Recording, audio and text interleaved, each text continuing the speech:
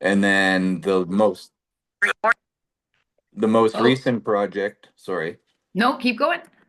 The most recent project I did, Twisted Affection, it was kind of about like I wanted to go with like a scream sort of feel. Yep. Um, all of my shorts, it's more like I call it drilling. So in Brazilian Jiu-Jitsu, I also own a Brazilian Jiu-Jitsu slash martial arts facility. I'm a black belt in Brazilian Jiu-Jitsu, so when I'm doing my shorts, it's like drilling, right? So I pick something that I want to get better at, and then that'll be the main focus around the short film is trying to strengthen that skill, if that makes sense. Well, hi guys, it's I'm here with Magazine. We're just in mid-conversation with Steve Winjet, all the way in Edmonton, Canada. He's an Alberta artist, and really, he's the owner of Winjet Productions. He's a director, writer, creative, and one of the people to watch this 2025 because you have so many things in the works, many projects. You have a podcast, you're a dad, you incorporate your family into your last project. We loved listening to that on your social media. So we first met Steve, I think, online when he was a part of a horror festival. Um, I think it was, we're not sure which project it was, to be honest, that you were promoting at the time, but Cade and Kit, who were on the back of our cover last issue, influenced our promoting you because we love horror movies. We've seen all your YouTube videos as well. We haven't got to check out the podcast yet. We did try, but we're going to let the audience have a link so then they can as well. So, welcome, Steve. Thank you so much for being a part of our network. Hey, thanks for having me. I'm excited to be here. I think we got turned on through definitely Cade Kit when I was working on Extinction Level Event.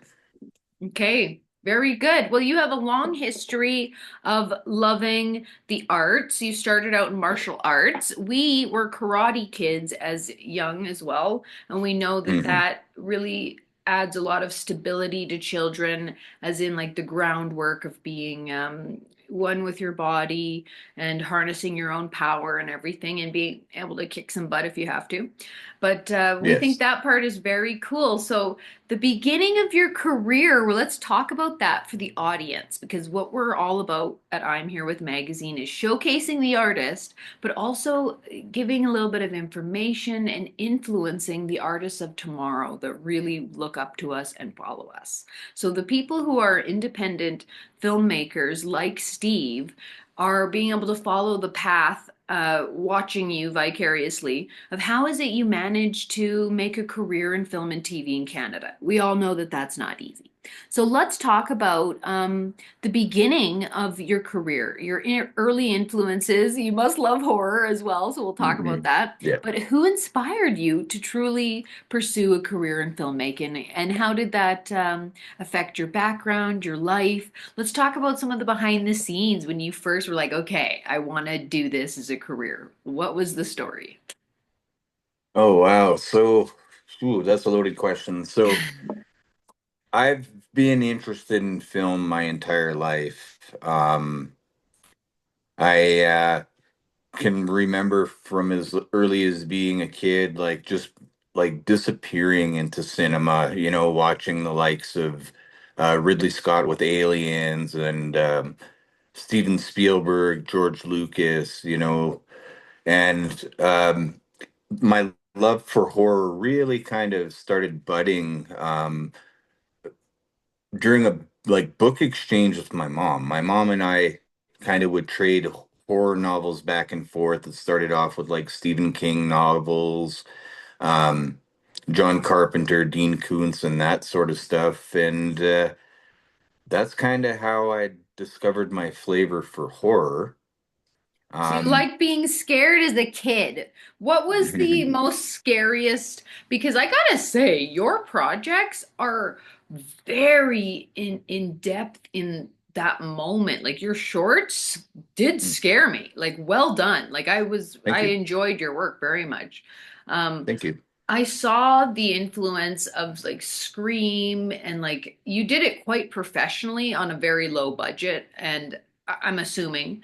And Yes. I thought what you did with the project we just talked about was about like the anticipation that you build up is really good, and that one moment of that story and that what they're going through, like it was like you did an incredible job in just one scene, but then you made it into a short. It was like the same topic, it wasn't all over the place. Like I was really impressed actually. Yeah, a lot of times with the shorts, what I'm trying to do is just hone skills, like building suspense and horror is an art into itself. Like Yes. you don't want to show the reveal too soon. That's something that Jaws, the original Jaws, which is my all-time favorite movie, Okay. directed by Spielberg. That's what it did really, really well. And to be honest, like he came about that almost by accident because the shark wasn't working how it was supposed to. So they withheld and withheld and withheld the reveal of the shark, and that's a big reason why Jaws is such a huge success even till, 35 years later, right? So um that's one way of going about it. Okay. So let's talk about your first project for the audience to learn from you. Mm, How hard is it truly? So we'll talk about the project and let's talk about the behind the scenes of creating it as well and what when it okay. was too. Yeah. So my first official short film was a short called Plague. That's runtime is about 22 minutes, which is kind of long for a festival run short. Okay. But originally we did it because, oddly enough, it was right around the time we went into lockdown in 2019 in COVID. So I had been shooting a lot of like vlogs or vlogs or whatever you want to call them, and like really filming a lot. Um, and then when we went into lockdown, I couldn't do my main job, which is martial arts instructor. But I had always kind of loved writing and film. So when we went into lockdown, I asked my family, I said, "Hey, if I write a short script, will you guys help me film it?" Oh, Right? okay. So my daughter Jada, she's a budding director and in my opinion, a pretty talented actor Yes, as she was well. in one of your projects. Is that correct? Yeah, she's been in three of them. So she was in Plagued, Christmas Evil, and our most recent one's called Twisted Affection. It's kind of like an homage to the Scream movies. And Yes, I then saw that. she's helped me on pretty much almost everything I've done except for Extinction Level Event, or E.L.E. as we affectionately call it. Well, you must be such a proud dad. Like, look at you going. So, this is exactly why I wanted to have you on, actually, even more before I realized that. But I do feel like the influence of us living our dreams, going through the struggle of it, making it happen, whatever that looks like to everybody else with however much support they have, and that you just go right to your family. Like, I love that so much, being like relying on your family and looking to them to create with you instead of random strangers. And the she's very good actor. She's a great actress. I loved watching Yes. her. I didn't know that she was your daughter when watching it, but I did see a feel of like she was very directed very well. She must have listened to you very well. So good job Actually, on you. yeah, no, I can appreciate that. Like I say, she's a director herself, so finally How when I old is can, she? 18. Okay, so you're starting her young. So you're being her influence to being in film and TV. So you never know where she will go as well. You guys are in Edmonton as well. Let's Hmm. talk about a little bit about that scene. It's a different film industry. I have been to Edmonton a few times. The Rosie Awards are often out there every other year. Hmm. What do you think about the industry in Edmonton right now? Like, what's going on?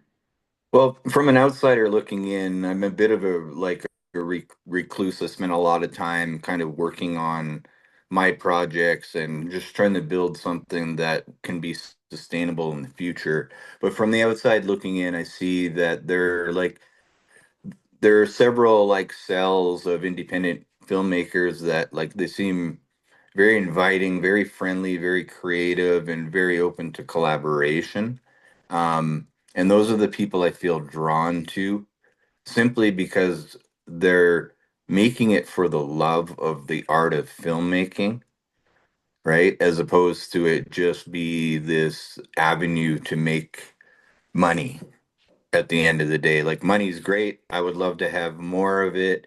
And if I didn't live a life that was kind of based and fueled by passion, it really wouldn't be much of a life worth living, if that makes sense. Okay, so that it's a huge solace to you doing your art. It adds a lot to your life, I think, for sure. More than just, like you Absolutely. said, yeah, a paycheck. Yeah. And as Yeah. people know in Canada and our area of life and independent filmmaking, there is not a ton of money to be made. It's usually an expense, especially like going to festivals and stuff. And I do think something about that as well, that I was impressed that somebody like you is going down to the States. So you've been the festival game is something that I think a lot of the audience would love to learn about and understand is very important. The credits that you Mhm. get for going to festivals, you guys, and the people that you meet, and the people that are running those festivals and seeing your movie, even if you don't get win an award. How important would you say is being a part of the community, getting your movie to festivals, traveling, like? That is a feat in anyone to be able to get out of our country, to be honest, especially during these times. So let's talk Yeah. about that experience traveling down for your short and what happened and how you met Kate and Kit and all that. So, yeah, I mean, I've been the pleasure of being a part of quite a few festivals. I've won some awards, honorary mention through Cannes Film Festival, some awards from New York and whatnot. And I mean, at the end of the day, the biggest reason why I submit to a festival is as an artist, people seeing my work terrifies me. It gives me like severe anxiety simply because like in my mind, the project's never done. It's never quite there yet. So it's not necessarily perfectionism. It's just to me, art is an ongoing story. That's So, good. Yeah, that's good to right. be like that and humble. There's a lot too much ego most of the time, so it's good that you're like that. Yeah, and I mean, it's not that I have no ego. I just try to kind of create a relationship with it. So it's more of a collaborative thing, when to exercise it, when to silence it.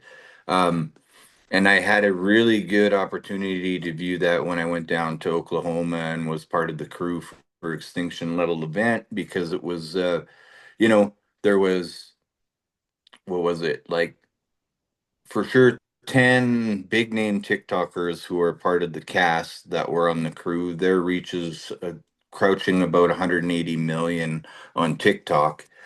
Wow. And yeah, and then Chris Bridges and Jordy Day and myself, Oh, three Canadians, went down and we stayed on this property. It was a barnuminium, so cast and crew stayed in this essentially mansion, right? And we created episode one is 43 minutes. Episode two is 46 minutes. And then the final episode is just under 2 hours. So we managed to basically film two features worth of content in 10 days, which anybody in the profession that heard told us we'd never be able to pull off. wow. I didn't know about that. Oh my goodness. Yes. Jordy Day is very respected in Calgary. Everyone knows him. Oh Yeah, my goodness. he's a great director. We met under weird circumstances. I had stayed up basically for 3 days and was still writing the project when I got off the plane and got to the house where we were filming. So the first couple of days wasn't exactly my best foot forward as far as being conscious and there and you know what I mean and present. But one night I got a decent night's sleep, so the rest of the journey was a little more me, if you can, you know. But it was a pleasure to work with Jordy. I would love to work with him again. He's very experienced. I've learned a lot. Like I learned a lot on site with him, and then I'm in charge of the edit, so the post-production of the show. I was able to really pick up a lot of learning just listening to the clips when during my selects to see what I wanted to use with the show. So yeah, it was. Yeah, you talk about editing actually for a sec. A lot of people um, who I speak to in the States, they say the same thing about Canadian productions, is Mm, that often that the lighting and the editing is not up to par or the same as what they do. And I hmm. feel like, yeah, that is something I notice within Canadian entertainment that we often are doing it a little bit different with like the timing and the whoosh whoosh, like the trailers for stuff as well. Yeah. And I wonder like if that's just, because of our influence being up in Canada and the shows that we see here a bit, like we see so many shows from the States, like it's not Yeah. even funny. But I do notice that. Do you think that too? Or what do you think about that? That our Well, and I product mean, is a little different. It's a little bit different toned and stuff. And I feel like, well, that's the tone of us. We're pretty chill and a little bit more relaxed maybe than the mm, States. yeah, no, I definitely know what you're talking about there. And to be quite frank, not to like uh insult Canadian cinema or anything like there's a lot of solid Canadian cinema out there. Of A lot of course. really good stuff.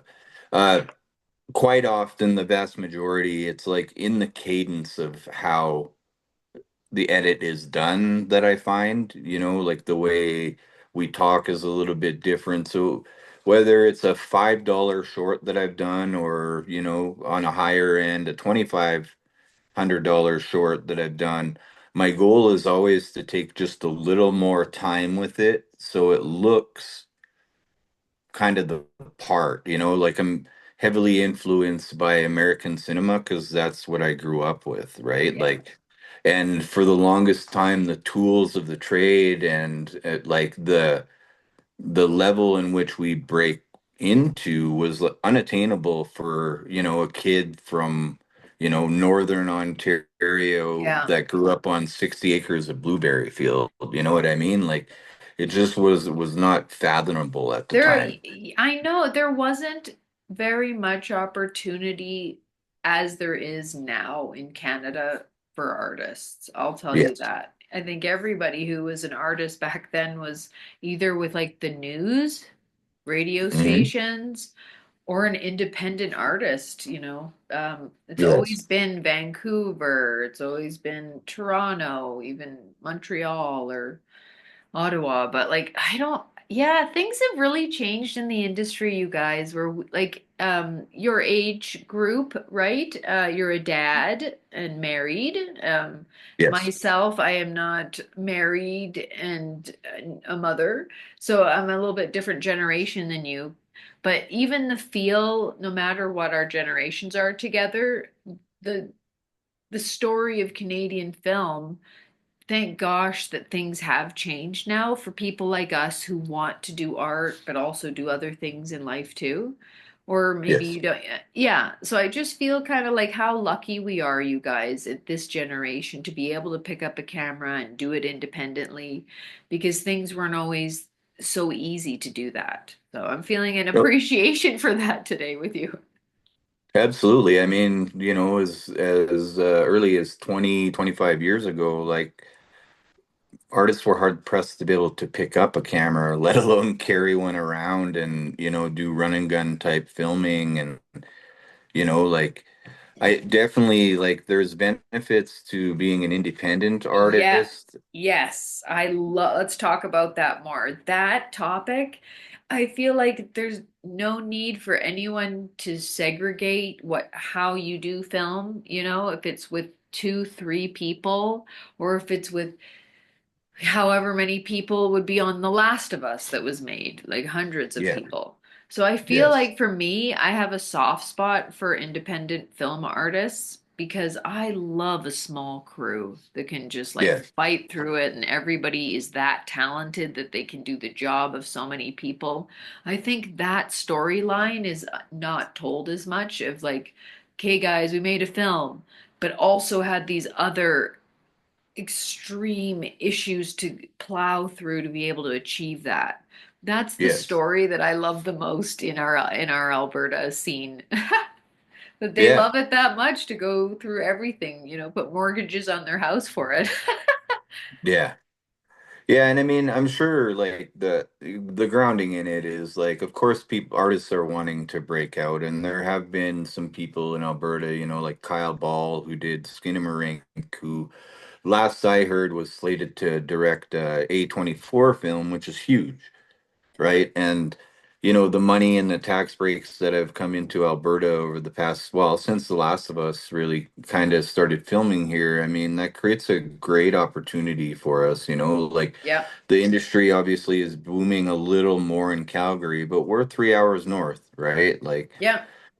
so, and I mean, I understand why it's booming in Calgary because they can have any geographic change they need right there, right? If they want flat prairies, they go a little bit east. If they want mountains, they go an hour west, like, so there's definitely, I There's definitely Banff, think yeah. there'll be, yeah, right. I definitely think, I hope that we as Albertans and Canadians don't kind of blow that opportunity. I hope it continues to grow.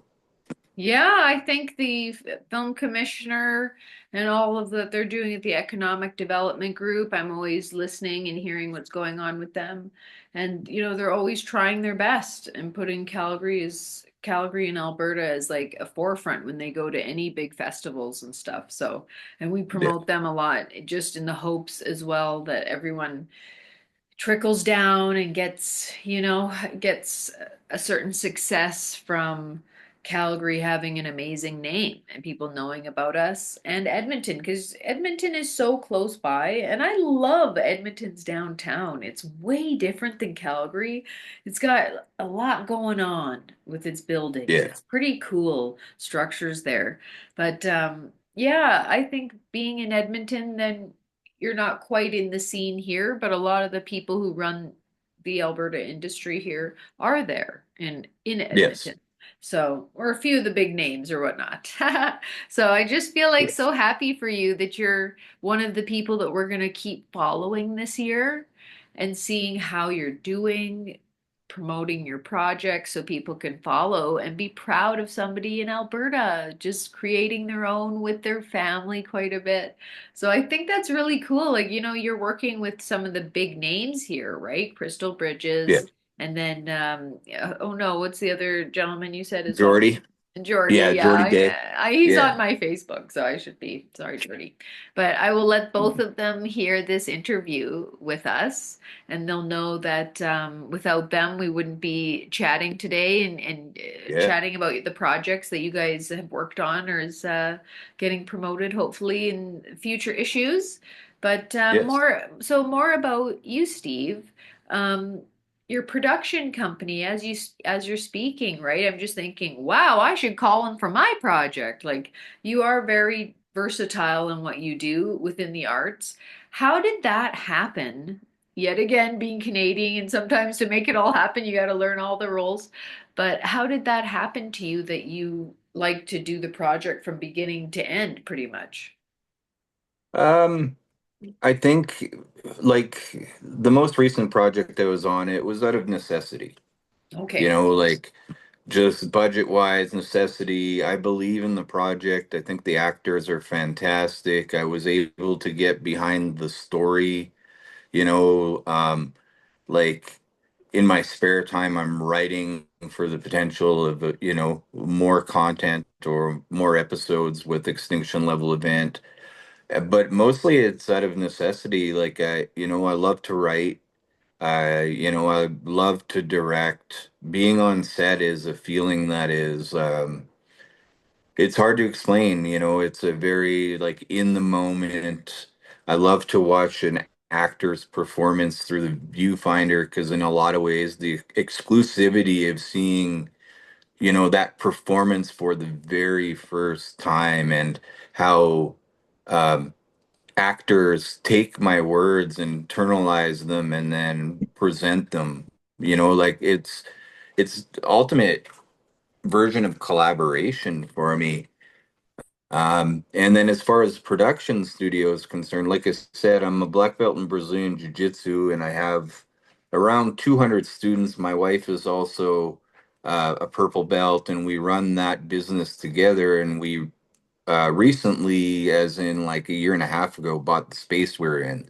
So I have 4,000 square feet of basically matted space, and it's an open concept facility. So it only made sense to me because we don't run 24/7 to start outfitting it to be able to help like startup filmmakers and whatnot to be able to have a place that's affordable to be able to go and film indoors, you know what I mean, and have access to, in my opinion, like top of the line equipment.